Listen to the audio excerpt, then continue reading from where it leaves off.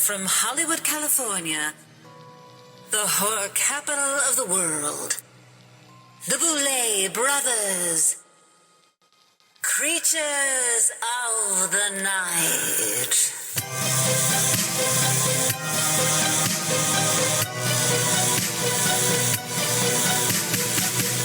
Hello, everyone, and welcome to a new episode of the Boulet Brothers Creatures of the Night. We are your hoary hosts, Dracmorda and Swan Thula, and we are coming to you from On the Road with the Boulet Brothers Dragula Season 5 tour.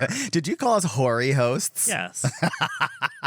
Oh, I love that. Hoary, it's like white-haired, ghastly, and I feel like that today. That's like Hoary kind of thing, not Whore. Whorey is not really a word, darling. Well, that's okay. That's okay. As much as you wish it would be in this situation. True. Guilty as charged. Okay, how are you feeling about the tour so far? My resolve is the same. I love touring. I love being in front of an audience, and I think it's the best way to experience drag. But she forgot how much this takes. She forgot how much energy it takes to kind of do this. And I'm learning again quickly. Are you tired? Well, let's see. I take 2 to 3 naps a day. But you seem like, I don't know, to me it seems like you're not getting affected. No, I'm not. I feel like as long as I do get rest and eat, it's like kind of fun, right? It's an adventure with your friends all across the country, and you come out at night transformed like a total freak show, and everybody loves you for it. So who doesn't love that? I love it and hate it, both, right? So, like, I hate unpacking everything in the dressing rooms. Let me repeat that. I hate Andrew unpacking everything in the dressing room. No, but we have to unpack all our makeup and set it up, and they always put all this coffee pots and Cheetos and shit all over. I'm like, get this shit out of here. Like, get it out of here. Like, I got to knock it all off because I need place to put my wigs and my makeup and everything. That drives me nuts. I'm sitting here literally bitching about the snacks in the green room. Anyways. Oh, my God. What a first world problem. No, it is. But really, it's changing so many times that it's so hot and nasty and uncomfortable. Well, look, fans can look forward to tons of drag, filth, horror, and glamour from all of the monsters of season 5. But they can also look forward to a lot of drag and performances from us. And we designed it that way. Yeah. Like, we picked our own poison. And now every night we have to drink it. That's the part I love. I love when we're out there doing it. Right. So once we step out on stage, love that. Sure. Yeah. So I love it. And I really love meeting the fans and doing the podcast live and all those things because it reminds me why we do this in the first place. Absolutely. I was testing with David Sigarani, who's a producer on the show, and just letting him know how it's been on the road. And he said that, too, which I really appreciated his insight. It went something like, oh, it must be so gratifying to remind yourself the impact of the show. And you really do get reminded when you take it on the road. Yeah, I think people that come to these shows or that spend the money to come on these shows are actually fans of the show and they love it. So you can just see the joy on their face when they see us on stage. And I'm really excited to share all of the cast's performances with the audience. So good. Yeah. And so different. Yeah. Like the crowds, and granted, we've only done 2 shows, and tonight we're just outside the DC area getting ready for show number 3. And by the time this podcast airs, we'll have done, I think, New York and maybe be in Boston, like when this episode comes out. But the shows have been so well received at the end. Like they're just, everyone is just showered with love. And all of the shows are so varied and different. It really is a keyhole view into the strange world of Dragula and all the ways it can manifest. Yeah. How do you think the cast is adapting to touring life so far? Well, just like when we filmed the show, they'd keep their true feelings to themselves. Like all I can do is kind of scry and divine how they might be acting or how they might be feeling. But from what I see from the outside is they're excited. It's a combination of excitement, energy, nervousness, and even I get that. No matter how many years I've been performing, when it's a show day, I'm like filled with butterflies and getting eaten from the inside, and you get used to all that. And I think that's what they're going through too. I agree. It's weird. The first night, you can see everyone's brain sort of adjusting backstage in terms of what they probably thought it would be and then what it actually is. And I think, too, like with any successful drag artist, it's a bit of a love-hate situation, right? I think so, for sure. Yeah, which, I mean, look, here's the truth. Even I'm not going to throw them under the bus, but like some of the most famous drag artists in the world constantly talk about how they hate drag. Right? I mean, it's just, they love it, but they also hate it, right? Yes. And so that's what leads me to my next question for you, which is on days like this, I like to fantasize about what I would be doing if I wasn't doing this. If I could do a Scarlet Witch alternate reality, tear open a portal to another dimension, much like our own, step inside, what would your life be like? Well, I love this idea of me being able to cast a world-changing hex bolt and create anything I wanted, and I think it would be this. You can't do that? How do you think we got the show? Duh. So I think it would be me living just outside of Edinburgh, Scotland, working at a nursery. Like for kids? No, Okay. no, not with children, with plants. I can talk to as few people as possible. I can just sit in my greenhouse and the rain will hit the glass and I'll be surrounded by plants and quiet. Do you want it to be like a greenhouse that not many people come to? On the weekends. They can come on the weekends. Oh, you're okay with like a rush on the weekend? Okay, if we're really going to go into the fantasy, I want it to be like a stone house, like a stone witch cottage, Okay. but then built off the side of it is a glass kind of greenhouse where people come to buy my plants. So you want to live in a store? I want to live next to a store. Okay. In Scotland. Yes. And what kind of plants do you think they would have in Scotland? I don't know. Now, Drac, we haven't spent much time in Scotland. I don't know. I feel like we spent a lot Well, of we've time been there many times, but I wouldn't know what to say about the foliage and the greenery and what the environment could sustain. Unlike Southern California, where Drac's infamous phone calls to the master gardener of Los Angeles, and we learned a lot about sustainable plants, succulents, everything that grows naturally in Southern California, and also the pitfalls, right? Like the strangulation roots and all the things that we learned. I have to call it the master gardener of Scotland. So what would your hex bolt result be? okay, so today my hex bolt result would be I would blast it and I would be in a Victorian house in the middle of nowhere that I would be currently refinishing, right?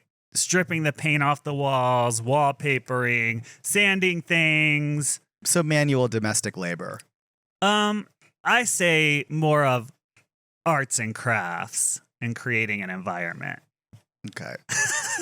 I like that for you. And I would be doing TikToks that are teaching people how to grow dark-sided plants or how to refinish things to look more gothic, sort of like a gothic Martha Stewart. So my witch cottage could just be on the grounds behind the Victorian. It could, but the difference is between your fantasy and mine is people come to your place and I don't want anyone to come to mine. Right? So nobody can come there. Just like real life. Right. Damn.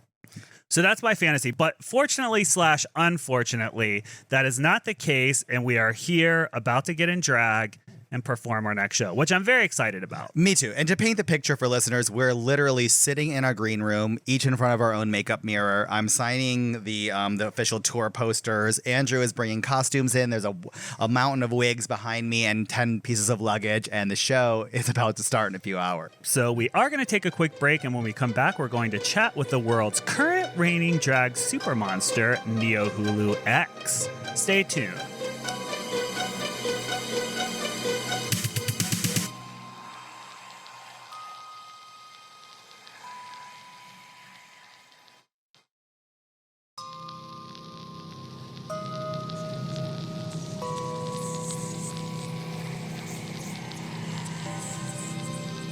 Welcome back, my delicious little haints, and welcome Niohuru X to the Boulet Brothers Creatures of the Night. 大家好, thank you for having me, Drag. Of course. Now, Neo, I have to ask you, how is the tour going so far? Oh my god, the tour has been so fabulous. I've been having so much fun.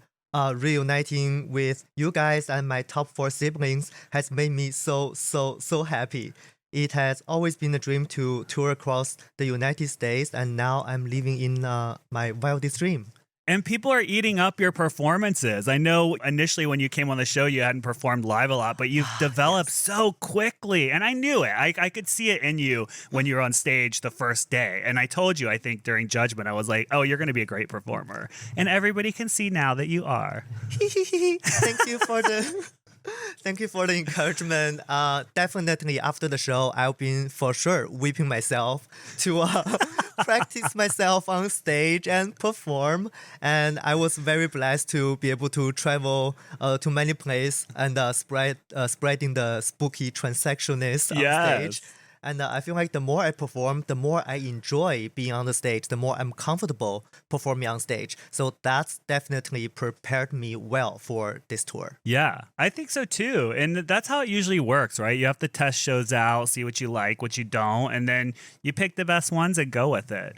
And one of my favorite moments so far is there's a photo of you and Blackberry up at like a barricade, and there was all these fans outside waiting for you all when you came up. Oh my God. God. That was so cool. What was that like to experience that? That was so heartwarming. And especially, I think the most exciting part is seeing all the fans showed up, all dressed up, all makeup, so spooky. And I feel like Dragula provides such a beautiful safe space for people to truly express themselves to the most edgy self.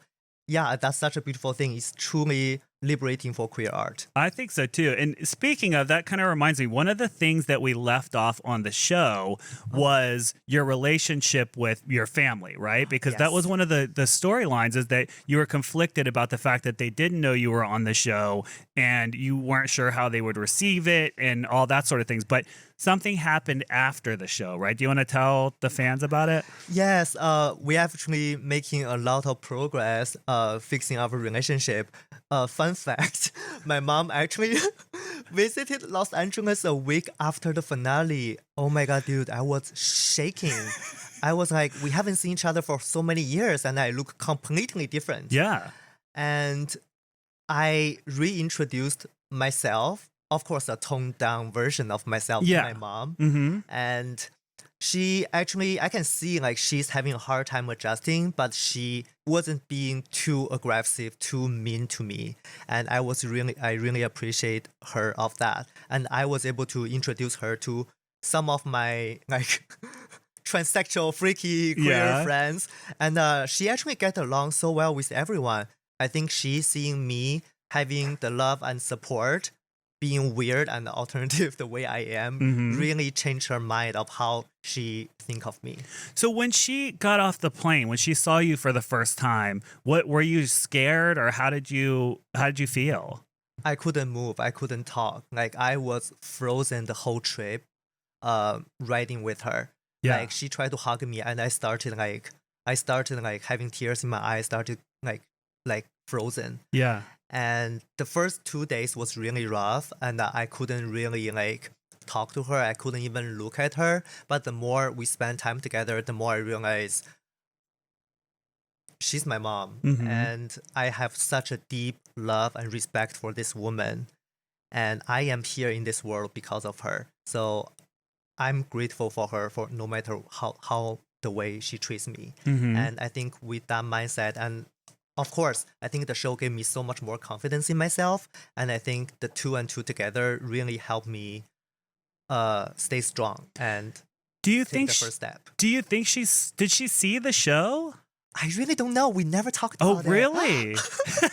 So she didn't see, does she know that you won? I really don't know. Really? She didn't brought it up. I didn't brought it up.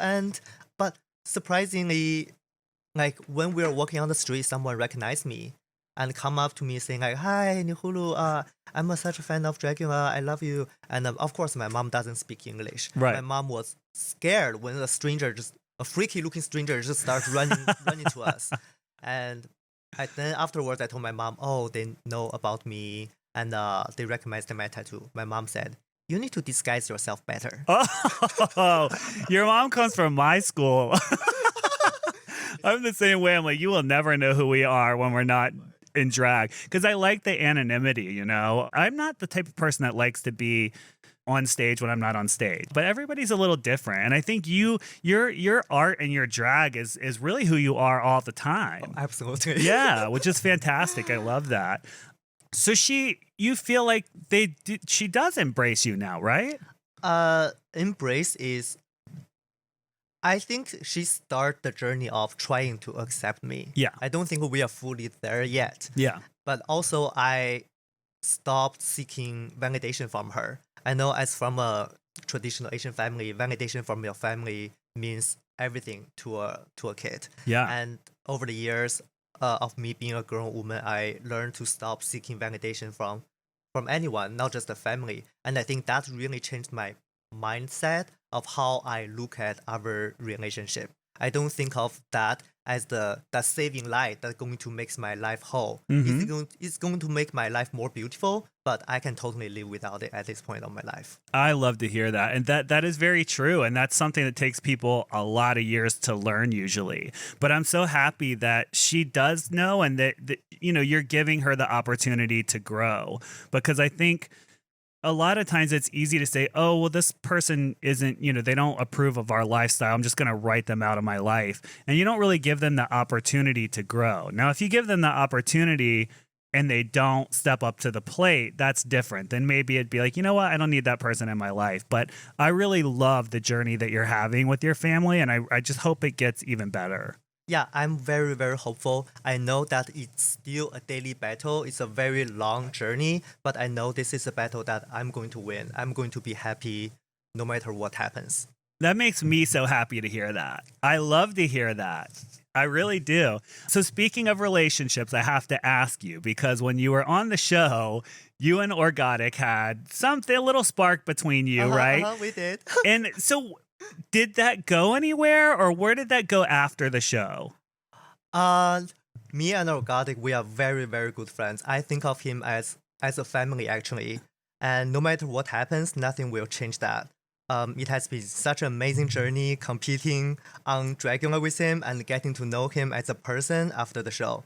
He is one of the most talented, kind, warm, and genuine person I ever met. And he's truly a gift from hell to mankind. Yeah, I agree with you on that.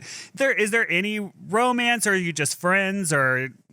It's really hard to say because we both have a very chaotic lifestyle. Yeah. And he's a traveling rock star. So it's really hard for us to build something that we can see where the future leads, if that makes sense. Yeah. So at the moment, I think we are just enjoying each other's company and making fun memories and what the universe lead us, and we'll see what happens.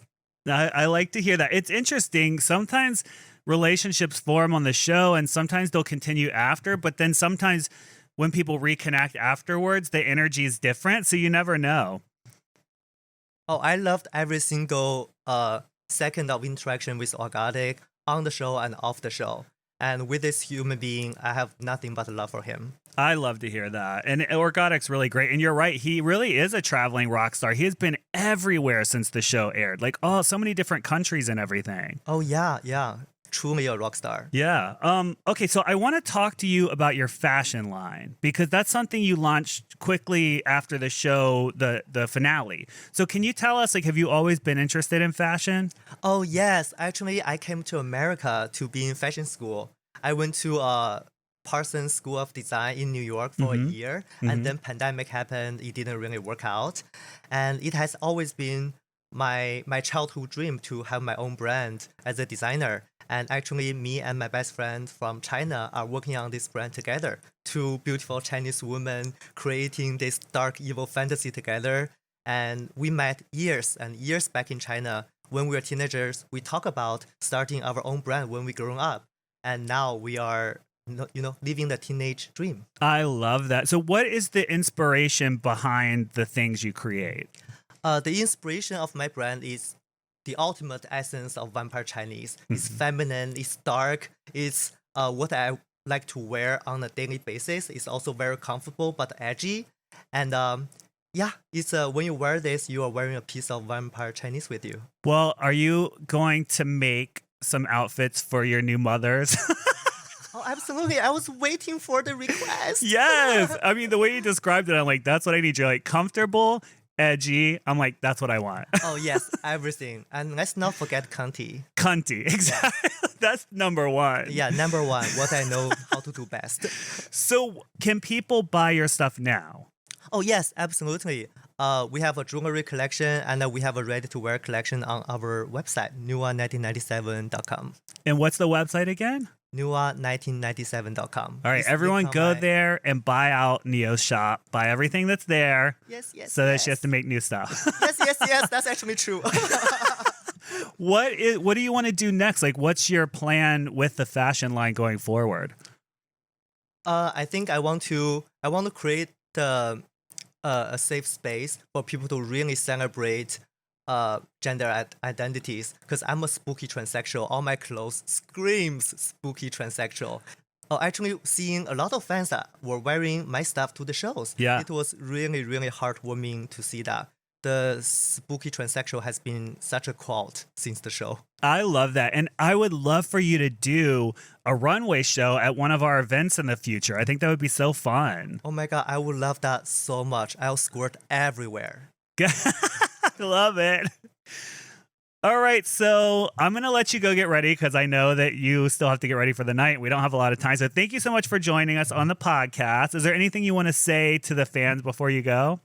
The tour just began and there's still a few available seats available, so grab a ticket right now because the whole cast and the whole tour production has been putting in so much work to deliver such a fabulous show, and it's something you definitely don't want to miss.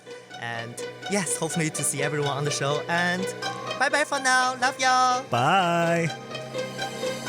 We will be right back.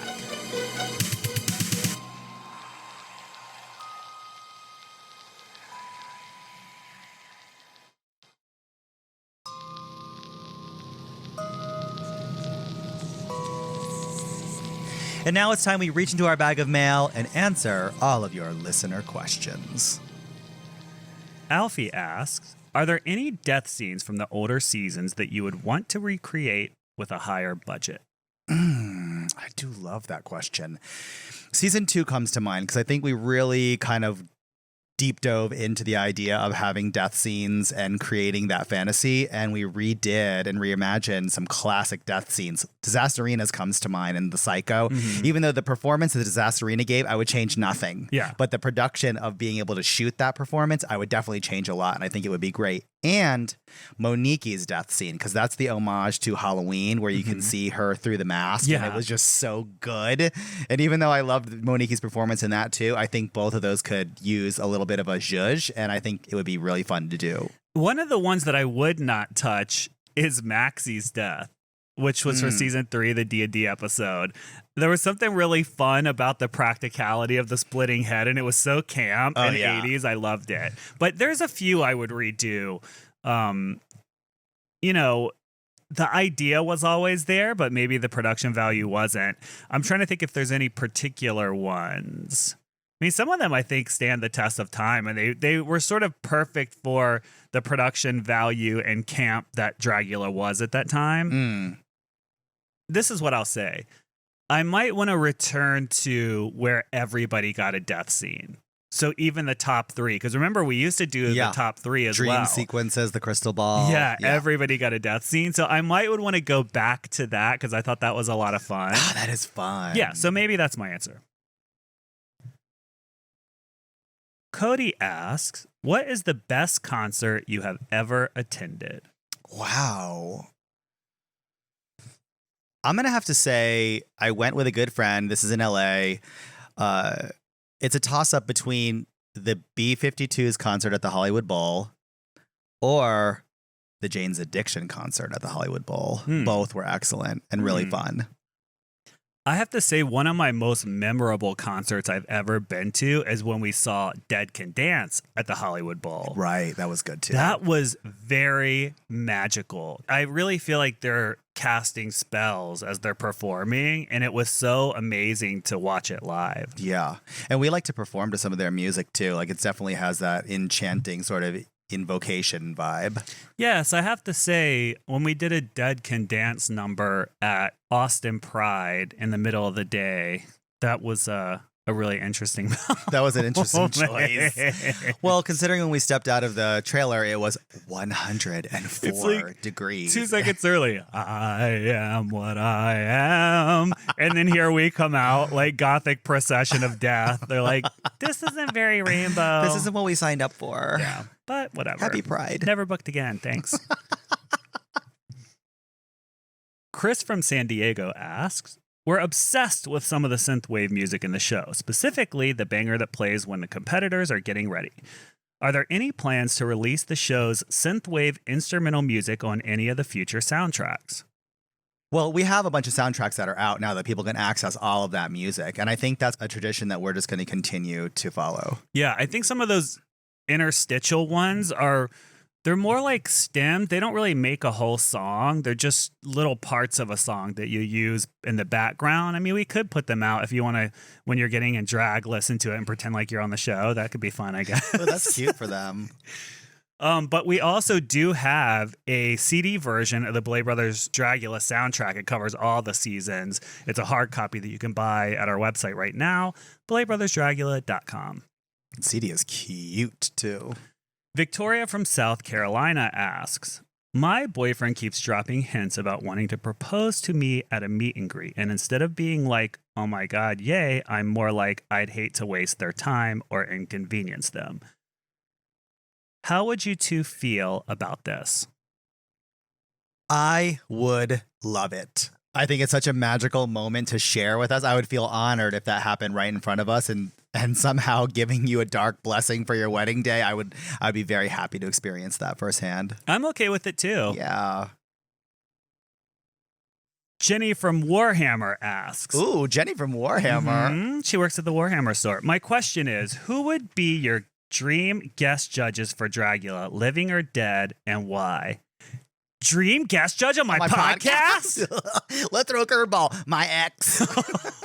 Oh my God. Wow. Like the rest of the world, we're obsessed with her too. So, who is the dream guest on your podcast? Who is? I think we've. On my podcast. Yeah, on the podcast. I think John Waters would be fabulous to talk to. I think Jennifer Tilly would also be fabulous to talk to.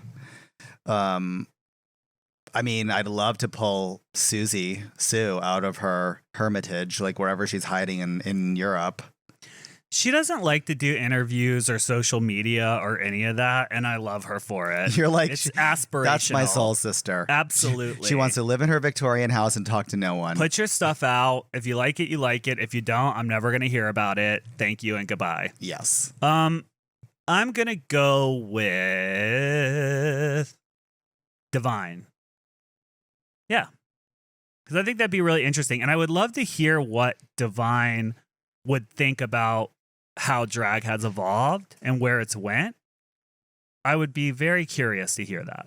I think her reaction would be summed up like this. Great googly moogly.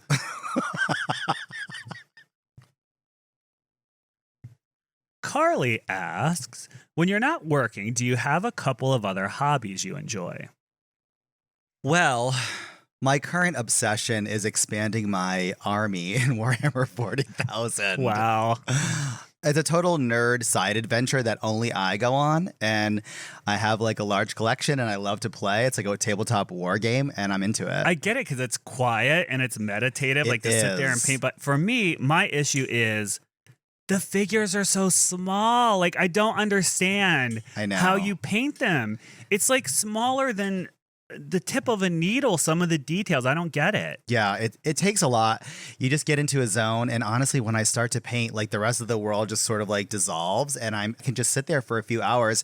And I think it's a nice kind of remedy to my chaotic life when we're like doing the show and on the road. It's interesting. A lot of horror creators enjoy miniature painting, including Guillermo del Toro. Yeah, he has a group of people that he gets together with and they paint miniatures on Sunday. You should go do that. Guillermo, if you're listening, I will accept your invitation. I have a weird thing with them. Like they're so small that when they're in my hand, I feel like I want to Crush it? Oh, I I get want to. that. Do you? Well, I understand. Oh my god! that. I just want to crush or them. bite the head off. I don't. That wouldn't be. I could maybe if I could sort of like with my molars just grind it up, maybe. But biting the head off wouldn't be satisfying enough. No. Well, what about you? Do you have any pastimes that you'd like to share? Yeah, I like to redo furniture, as exciting as that is. But similarly for me, it's the opposite of what our life is like. So I can make something. It doesn't involve anybody else. It's very quiet. It's meditative. I can listen to some music or a podcast or a book or whatever. And you get to enjoy the fruits of your labor for years. Like the furniture you've done looks incredible. I love interior design. Like I love to take an old house and just redo it, and not in these awful flip. Oh my God, so many people flip houses and it's awful. That's not what I like. I like to really make them unique and special and whatever. So that's my answer. It's called restoration, honey. Yes. Ari asks, my partner and I are huge Masters of the Universe fans and have a burning question for all of you as we strongly disagree. Which, in your learned opinions, are top, bottom, or verse? Oh my God, I had no idea where this was going, but I love it. Hordak. Bottom. I think Hordak is a sub-bottom. Skeletor. Oh no. Go ahead. Bony bottom. I think he is probably verse. That's what my guess would be. Evil Lynn. Evil Lynn is a top. Agreed. Fisto. She's a top. Fisto should be a top, but Muscle based bottom. off that look, she's a bottom.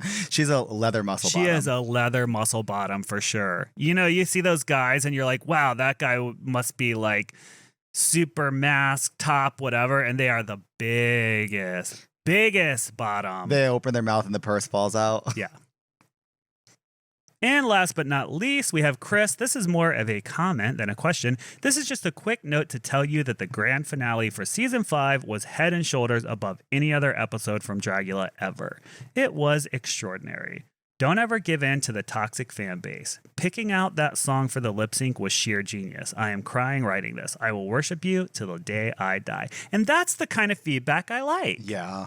Really constructive and deep thought and, fair, I would say, and balanced. Very fair. And so accurate. Insightful, really. I appreciate it, honestly. We mentioned on the last podcast, because it was the first one we had done since the finale. Yeah. I was happy that people were happy with the finale. Obviously, we want people to like what we do. And I think we now have the message that the fans like the formula and maybe just want it to be a little adjusted. All right, everybody, that's all the time we have today for listener questions because we have to get ready for the live podcast tonight, right now. So if you don't already have your tickets, reminder here to be sure to get tickets to the Boulet Brothers Dragula Season 5 tour at DragulaLive.com. We are currently on tour coming to a city near you. Make sure you get tickets, and we will see you next episode. Uglies. And if you're a fan of Creatures of the Night, please rate, subscribe, and review because we would love you for it. I mean, really, go on Apple Podcasts. Do it now. Give it 5 stars in a review because it really helps. All right, goodbye. Bye. The Boulet Brothers Creatures of the Night is hosted and produced by Dracmorda and Swanthula Boulet, along with co-host Ian DeVogler, with music by Neuron Spector.